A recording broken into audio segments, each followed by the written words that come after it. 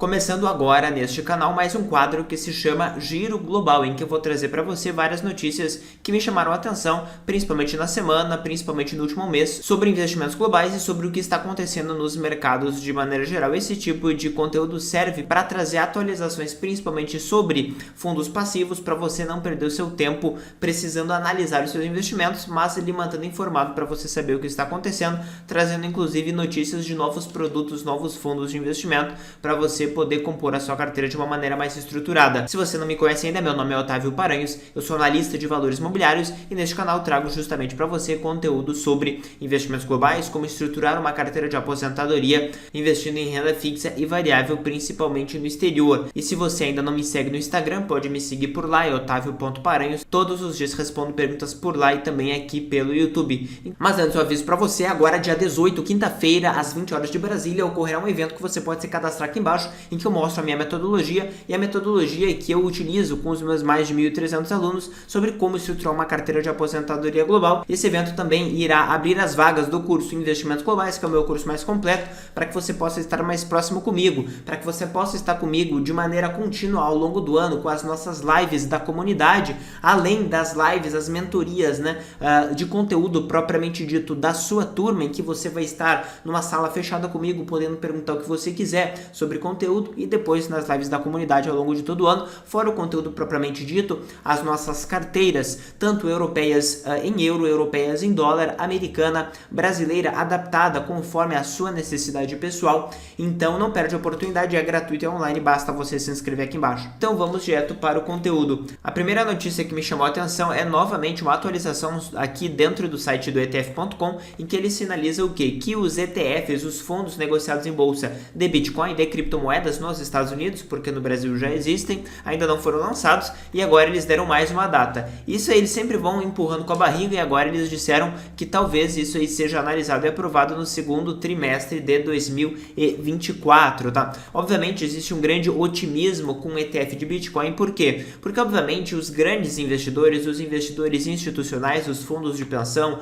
as grandes gestoras ativas, elas obviamente optam por investir através de mercados regulados, através de um ambiente com uma segurança bem maior, com uma liquidez bem maior, e por isso que depende, o investimento em criptomoeda de ser efetuado através de instrumentos já conhecidos, fundos de investimento, como por exemplo ETFs em grande medida. As grandes gestoras, os grandes fundos de investimento não vão simplesmente sair comprando Bitcoin, até porque eles nem teriam permissão regulatória para isso, comprando diretamente. Eles necessitam de instrumentos financeiros já regulados dos mercados para permitir esse tipo de investimento. Se houver de fato um fundo que permita o investimento em Bitcoin por parte dessas grandes instituições, a tendência é de, obviamente, aumento do preço por uma maior demanda natural, certo? Obviamente, temos alguns estudos já que não mostram um aumento muito significativo, alguns estudos eu já vi de 5 a 10%, outros de 15 a 20%, mas nada que vá multiplicar por várias vezes o valor atual do Bitcoin. Outra notícia que me chamou bastante atenção, principalmente com o aumento dos carros elétricos no Brasil, que nós estamos observando cada vez mais nas ruas, é uma notícia da Bloomberg, que ela disse, em que compradores americanos, isso aqui analisando o mercado americano, estão repensando aqui os veículos elétricos. Aqui eles sempre trazem uma historinha de uma pessoa que tinha comprado um Tesla e depois trocou por um outro veículo a combustão interna, e algo interessante, quando a gente observa, por exemplo, este gráfico aqui, este gráfico que demonstra basicamente o estoque em dias de carros totalmente elétricos, os veículos elétricos aqui, que ali naquele período da crise dos semicondutores, há aproximadamente 2 anos, se vocês se lembram bem, e que praticamente não havia mais estoque nem de veículos a combustão, nem de veículos elétricos, tinha praticamente chegado a zero, que é no caso há 30 dias apenas, ali na metade de 2022, e agora já está chegando a praticamente 4 meses de estoques de vendas nas concessionárias e também nas fábricas, ou seja, está reduzindo a demanda por essa quantidade de veículos elétricos, além obviamente de terem conseguido suprir a demanda dos mercados, conforme a gente vê. Inclusive uma outra pesquisa aqui do site Consumer Reports mostrou algo bem interessante, que é justamente o fato de que alguns proprietários de veículos elétricos não estão gostando muito, aqui das manutenções e dos problemas que eles vêm apresentando. Então, no caso aqui, veículos híbridos já apresentam 26% menos problemas do que veículos a combustão simples infelizmente, mas veículos totalmente elétricos e veículos híbridos do tipo plug-in, que você carrega ele além de ter a gasolina, enfim, tem mais problemas, né? Então isso aqui também faz com que menos clientes tendam a preferir esse tipo de veículo. E aqui nesse gráfico a gente observa, né, o desinteresse por veículos elétricos por parte dos consumidores americanos. Eles tinham um desinteresse ali em 2017, 18 e 19 aproximadamente em 60%, o desinteresse caiu, ou seja, o interesse aumentou, e agora está novamente o desinteresse aumentando novamente, gerando esse afastamento dos consumidores americanos, né? Partindo agora para a economia, principalmente a economia europeia, a inflação alemã, né, embora ela tenha caído bastante, né, quando a gente observa a inflação alemã chegou ali a mais de 10%, praticamente 12% em 2022, estava antes da pandemia, entre 2017 e 2020, abaixo de 2%, né, ainda está em 3,8%, o que é relativamente alto para o padrão europeu histórico. Quando a gente observa aqui na França, algo bem parecido, né, então também chegou ali um pouco mais de 7% em 2022 e agora está em quase 4%, né, 4,1%, e mostra, né, tem vários indicadores de uma economia um pouco mais estagnada no continente europeu. E, inclusive, a própria Bloomberg, ela trouxe aqui 5 principais pontos que, teoricamente, podem ser problemáticos, né, quando a gente fala de economia global, principalmente agora nesse ano de 2024. O primeiro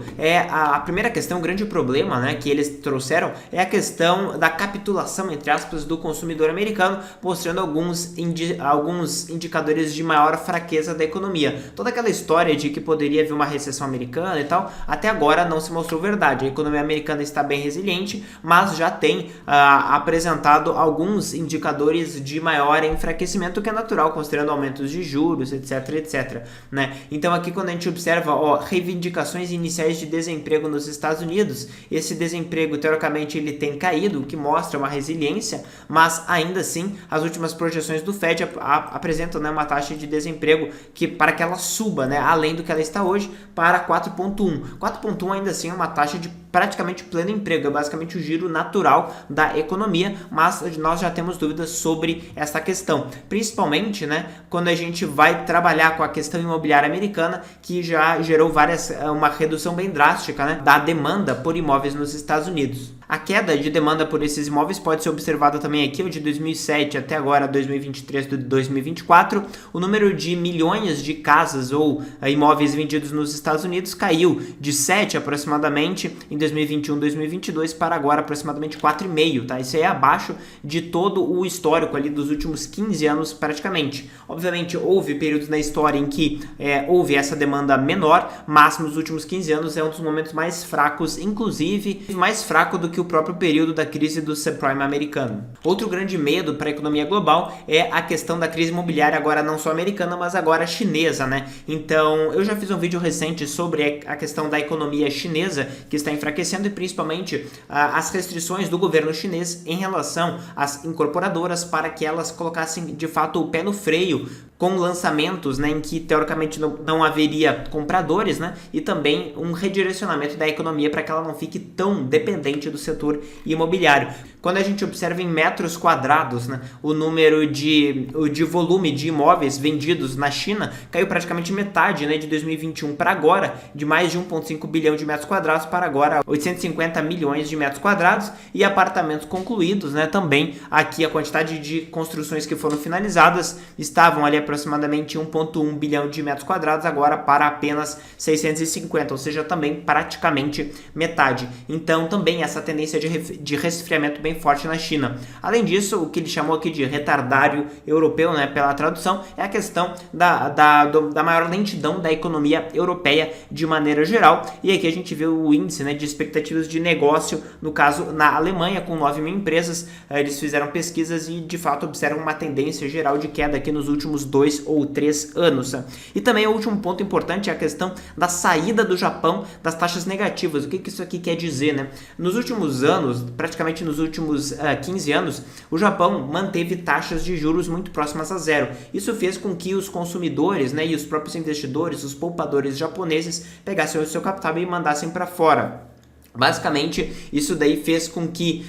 muito capital dos japoneses estejam fora do país. Eles são um dos maiores credores, eles são um dos maiores detentores de títulos de dívida, de tesouro, né, direto de outros países no mundo hoje, são os japoneses. E se as taxas de juros japonesas voltarem a subir, até porque a própria inflação japonesa aumentou um pouco agora para aproximadamente 2%, se essas taxas de juros japonesas voltarem a subir, esse capital pode retornar. Quando o capital retornar, pode apreciar demais, né, demais a moeda japonesa e gerar ali uma turbulência nos mercados, principalmente de moedas, né, principalmente de câmbio ligados ao iene japonês. Algo importante de mencionar é que nos últimos tempos, considerando o diferencial de juros, né, em que as taxas de juros americanas subiram muito e as japonesas não, a moeda japonesa se depreciou mais ainda, com uma saída de capital ainda maior do que já estava tendo antes, né? Então isso daí está gerando, né, também uma maior inflação para os japoneses, porque considerando que o dólar está aumentando para os japoneses, está ficando mais caro porque os japoneses estão mandando mais dinheiro para fora ainda, né? Está aumentando obviamente a inflação dentro do Japão, que passou de 0 para praticamente 2%. Pode parecer muito pouco para nós brasileiros, mas ainda assim é bastante coisa por lá, certo? E aqui a gente observa os ativos externos líquidos do Japão, que é este gráfico aqui, que mostra basicamente que de 2011, né, era 3,4 trilhões de dólares, foi para praticamente 5 e agora está caindo novamente para 4 aproximadamente. E o último ponto de atenção na economia global é a questão da Índia, né, em que a gente vê um aumento do desemprego na Índia de maneira geral, que estava relativamente baixo, controlado, mas ainda assim a Índia, ela cresce bem mais do que os Estados Unidos e do que a China, né? E quando a gente observa a Índia, a gente observa aqui o crescimento do PIB em 2023, a previsão é de 7,2 e de 2024 6,8, que é bastante coisa, e a inflação ali bem controlada, 4,5% a 5,5% aproximadamente. Outros países crescendo são também os da própria região, Filipinas, Indonésia, Paquistão, China, né? Todos os países asiáticos de maneira geral, depois Malásia, Sri Lanka, etc. E depois aqui países mais intermediários, e o Brasil aqui atrás com um crescimento de apenas previsto para 2024 de 1,6%, né? A Argentina ainda com uma recessão, considerando o ajuste do presidente Milei. E além disso, só para mencionar, né, houve aqui um ETF de ações que é o ARGT, que desempenhou muito bem no último ano e também nos últimos períodos, que é esse aqui, é o da Global X, ARGT, que desempenhou muito bem quando a gente observa os últimos 5 anos, né, do pico da pandemia até agora cresceu 100%, do buraco da pandemia até agora cresceu 250%, e no último ano também, de 2023 até agora, cresceu 60%, né, um desempenho muito bom considerando os mercados globais, também mostrando ali a mudança, né, do parâmetro do governo argentino, que está começando a fazer várias reformas. Então esses aqui são algumas das notícias que me chamaram a atenção. E o último aviso, então, agora dia 18 de janeiro, às 20 horas, é uma quinta-feira, ocorrerá o evento A Nova Proteção Global, em que você verá em detalhes como de fato isso é uma carteira de aposentadoria global, você entenderá a minha metodologia e como que eu utilizo para mim e para os meus mais de 1.300 alunos, como investir baseado em evidências, como investir sem achismos, como investir sem ficar pensando o que colocar na carteira de maneira geral e obviamente, né, focando naquilo que importa, na sua família, nos seus aportes, tendo o mercado global à sua disposição. Então não perde a oportunidade. Agora também nós abriremos vagas, né, do curso Investimentos Globais neste momento, neste dia 18 de janeiro, então não perde a oportunidade, clica aqui e se inscreve. E se você gostou desse conteúdo, já pode dar um like para o YouTube espalhar esse conteúdo para mais pessoas, se inscreve no canal e ativa as notificações para você não perder nada que eu coloco aqui. Valeu!